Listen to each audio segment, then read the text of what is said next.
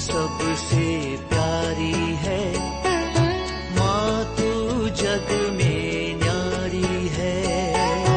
माँ तू सबसे प्यारी है, माँ तू जग में न्यारी है।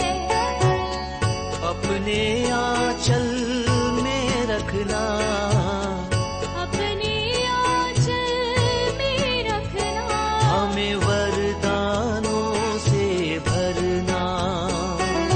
माँ तू सबसे प्यारी है, माँ तू जग में न्यारी है। माँ तू सबसे प्यारी है, माँ तू जग में न्यारी है। पिता पुत्र और पवित्र आत्मा के नाम पर आमीन। आप सबों को जय यीशु। एक और सवाल मेरे पास आया, आज उसको हम लोग मन चिंतन करेंगे। वो सवाल है लूकस का सुसमाचार उसके अध्याय 18 वाक्य 18 और 19, उसको मैं पढ़ लेता हूं। लूक चैप्टर 18 वर्स 18 एंड 19 को पढ़ना चाहूंगा।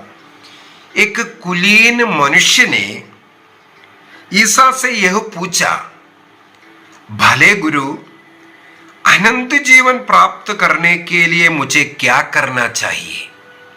भले गुरु, अनंत जीवन प्राप्त करने के लिए मुझे क्या करना चाहिए? ईसा ने उससे कहा, मुझे भला क्यों कहते हो? ईश्वर को छोड़ कोई भला नहीं है। एक कुलीन मनुष्य ने ईसा से पूछता है, भले गुरु, अनंत जीवन प्राप्त करने के लिए मुझे क्या करना चाहिए? अर्थात ईसा मसीह को उन्होंने भला गुरु कह करके पुकारा। भला गुरु। इसके बाद सवाल है, मुझे अनंत जीवन प्राप्त करना है। बहुत अच्छा सवाल है। हमारा सबका इच्छा ये होना चाहिए, जैसे वो कुलीन मनुष्य ने, एक अच्छा मनुष्य, उसने जो सवाल किया वो सवाल हमारा भी होना चाहिए। लेकिन ईसा मसीह को बुलाया भले गुरु, इसलिए ईसा मसीह वहां एक ऐतराज व्यक्त किया, मुझे क्यों भला कहते हो? ईश्वर को छोड़ कोई भला नहीं है। अभी सवाल यहां है, ईसा मसीह ने ऐसा क्यों कहा? ईसा मसीह ईश्वर नहीं है। एक बार एक मुसलमान भाई का एक क्लास किसी ने मुझे डाल करके दी, यही बोल करके वह ये स्थापित कर रहा था, ईसा मसीह, इसके साथ कई और कोटेशन बाइबल से निकाल करके, ईसा मसीह ईश्वर नहीं है करके ईसा मसीह ने स्वयं कहा। यहां पर देखो, ईसा मसीह को भला गुरु कहा, लेकिन ईसा मसीह बोलता है, मुझे क्यों भला कहते हैं? ईश्वर को छोड़कर कोई भला नहीं है करके। क्या ईसा मसीह ईश्वर नहीं है? अगर ईसा मसीह ईश्वर है तो क्यों ऐसा कहा? सवाल किसी भाई ने मुझे व्हाट्सएप में डाल करके पूछा, इसका थोड़ा उत्तर दे दो। क्या ईसा मसीह ईश्वर नहीं है? क्या ईसा मसीह भला गुरु नहीं है?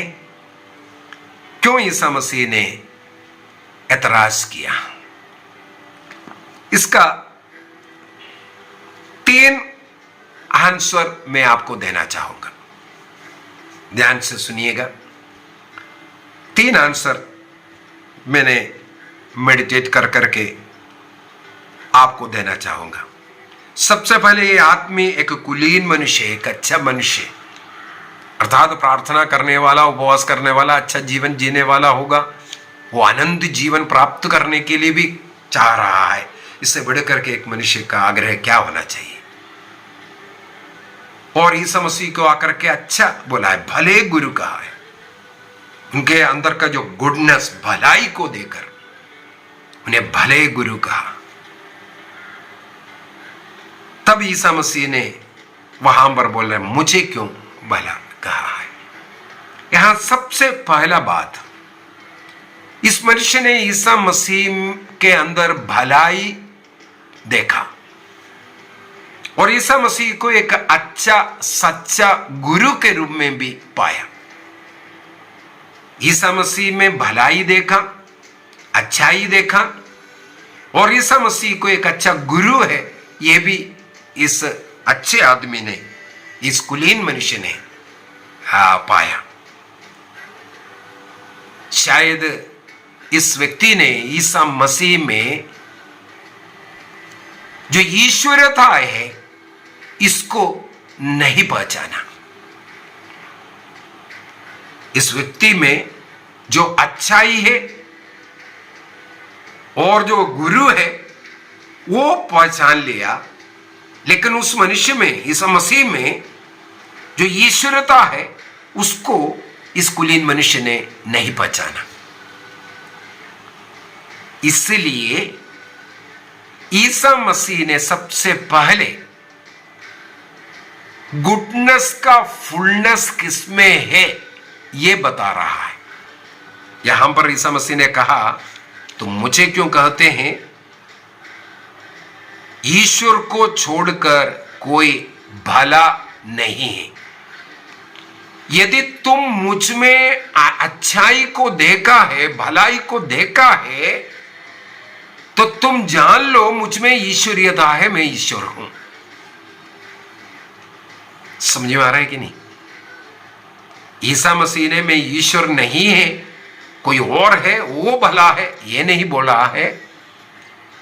ईसा मसीह ने सवाल किया तुम मुझे क्यों भला भला या गुडनेस दे करके बताया, भले गुरु कह करके बुलाया।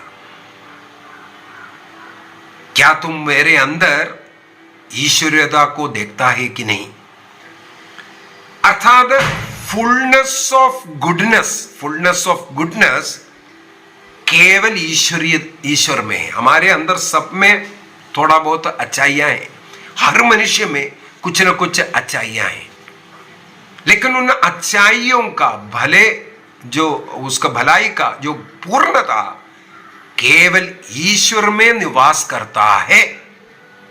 यदि तुम मुझ में भलाई की पूर्णता भले गुरु कह करके पुकारा तो तुम मुझ में ईश्वर को ढूंढा है कि नहीं, ये एक सवाल था नंबर फर्स्ट पॉइंट में।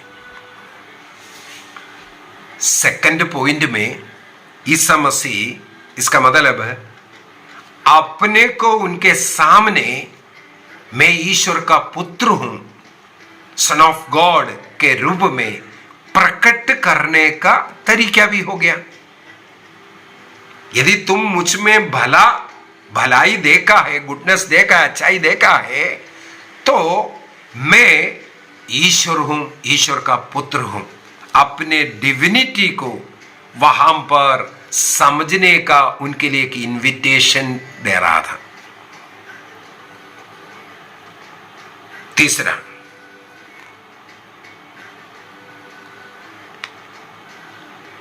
यदि ईश्वर का उस अच्छाई भलाई एक व्यक्ति अगर पहचान लिया है, हम सबों को बुलाया है उसी प्रकार भला करने वाला व्यक्ति बनने के लिए, अच्छाई करने वाला व्यक्ति बनने के लिए। यदि ईसा मसीह से सवाल करते हैं, ईसा मसीह के द्वारा अनंत जीवन में प्रवेश करने का मार्ग वह ढूंढ रहा है। वहां 19 में वाक्य 20 से फिर थोड़ा सा और आगे पढ़ना पड़ेगा, तब हमें यह तीसरा आंसर समझने में आसान होगा। ईसा मसीह इसके बाद बोलना बंद नहीं किया, आगे बोलते जा रहा है। अनंत जीवन प्राप्त करने के लिए प्रभु आगे कहते हैं तुम आज्ञाओं को जानते हैं, व्यभिचार मत करो, हत्या मत करो, चोरी मत करो, झूठी गवाही मत करो, माता पिता का आदर करो। ये जब नियम गिनाना शुरू किया, मूसा के द्वारा दिया हुआ नियम, वो आज्ञाएं, तब तुरंत बीच में ही वो व्यक्ति बताते हैं, मैं तो ये सब बचपन से पालन करते आ रहा हूं, इसलिए इसके विषय में लिखा है एक कुलीन मनुष्य, सब कुछ पालन करते आ रहा। तब ईसा मसीह ने क्या कहा, वाक्य 22, ईसा ने ये सुनकर उनसे कहा, तुम में एक बात की कमी है, स्वर्ग जाने के लिए एक बात की कमी है। वो क्या है? अपना सब कुछ भेजकर गरीबों में बांट दो और स्वर्ग में तुम्हारे लिए पूंजी रखेगी, तब आकर मेरा अनुसरण करो। यह सुनकर बहुत उदास हो गया, क्योंकि वो बहुत धनी मनुष्य भी था। वो धन को छोड़ना नहीं चाहते, गरीबों को, जरूरतमंदों को देने वाला नहीं था, उसमें वो कुछ नहीं था। स्वर्ग राज्य में अनंत जीवन में प्रवेश करने के लिए उसमें ये एक बाधा था। इसका मतलब तीसरा पॉइंट में ईसा मसीह बोल रहा है, मेरे अंदर का जो अच्छाई है उनको तुमने देख लिया, तुमने मुझे भले गुरु कहा, अभी तुम्हें क्या करना चाहिए? मेरे जैसे भले गुरु के समान यदि तुम बनोगे, तुम्हारे पास नियम दिया हुआ है, नियम का पालन करना और अपना सब कुछ अन्य लोगों को देंगे, स्वर्ग राज्य या अनंत जीवन तुम्हें मिलेगा। ये अपना छोड़ने में वो तैयार नहीं था। वो स्वयं एक भला व्यक्ति बनने के लिए, उदार व्यक्ति बनने के लिए वो तैयार नहीं था। उसके लिए स्वर्ग राज्य का द्वार इसलिए बंद था, वो पकड़ कर रखा हुआ है पूंजियों को, धन को, पैसे को। वो स्वर्ग में प्रवेश करने के लिए बाधा है, अनंत जीवन के लिए बाधा है। प्रभु यहां तीसरी बात में यही कहते हैं, तुम्हें नियम का पालन करना, और जिस प्रकार ईश्वर भला है उसी प्रकार तुम भी भलाई करने वाला बनो, उदार बनो, दूसरों के लिए मददगार बनो, सबों के साथ मेल मिलाप में रहने वाला बनो, तब अनंत जीवन प्राप्त होगा। तो यहाँ का सवाल का उत्तर मेरे विचार में आपको मिल गया। प्रभु ने उस व्यक्ति से बोलने का केवल मुझे क्यों भला कहते हैं, ईश्वर को छोड़कर कोई भला नहीं है, ये बोलने के पीछे का अर्थ है, सबसे पहले हम लोग केवल भलाई ढूंढते हैं, ईश्वरता को नहीं ढूंढ रहा है। जिस ईश्वर में पूर्णता, भलाई का पूर्णता है, वो भलाई की पूर्णता केवल जिसमें ईश्वरता है वो भलाई का पूर्णता में हो सकता है। अर्थात ईसा मसीह में तुम ईश्वरता भी ढूंढो, इसका एक इनविटेशन था। या दूसरी भाषा में मैं स्वयं ईश्वर हूं, ये बोलने का एक तरीका था। तीसरा, हमें भी ये निमंत्रण देता है, हम भी भला बने, दूसरों के लिए उदार बने, इस प्रकार अनंत जीवन में प्रवेश करें। मेरे विचार में आप समझ गया। आइए हम अपनी आंखें बंद करें, प्रभु को धन्यवाद दें।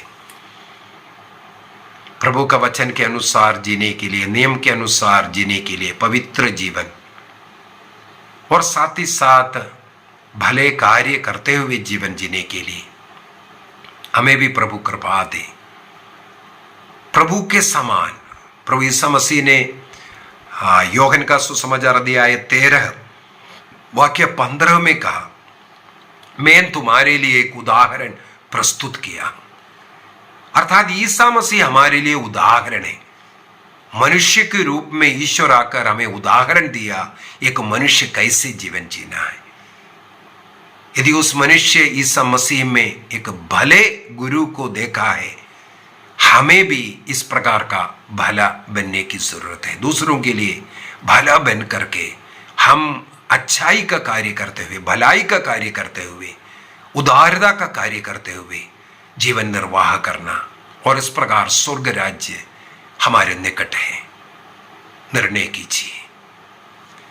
पिता, पुत्र और पवित्र आत्मा के नाम पर आमेन। आप सबों को जय यीशु।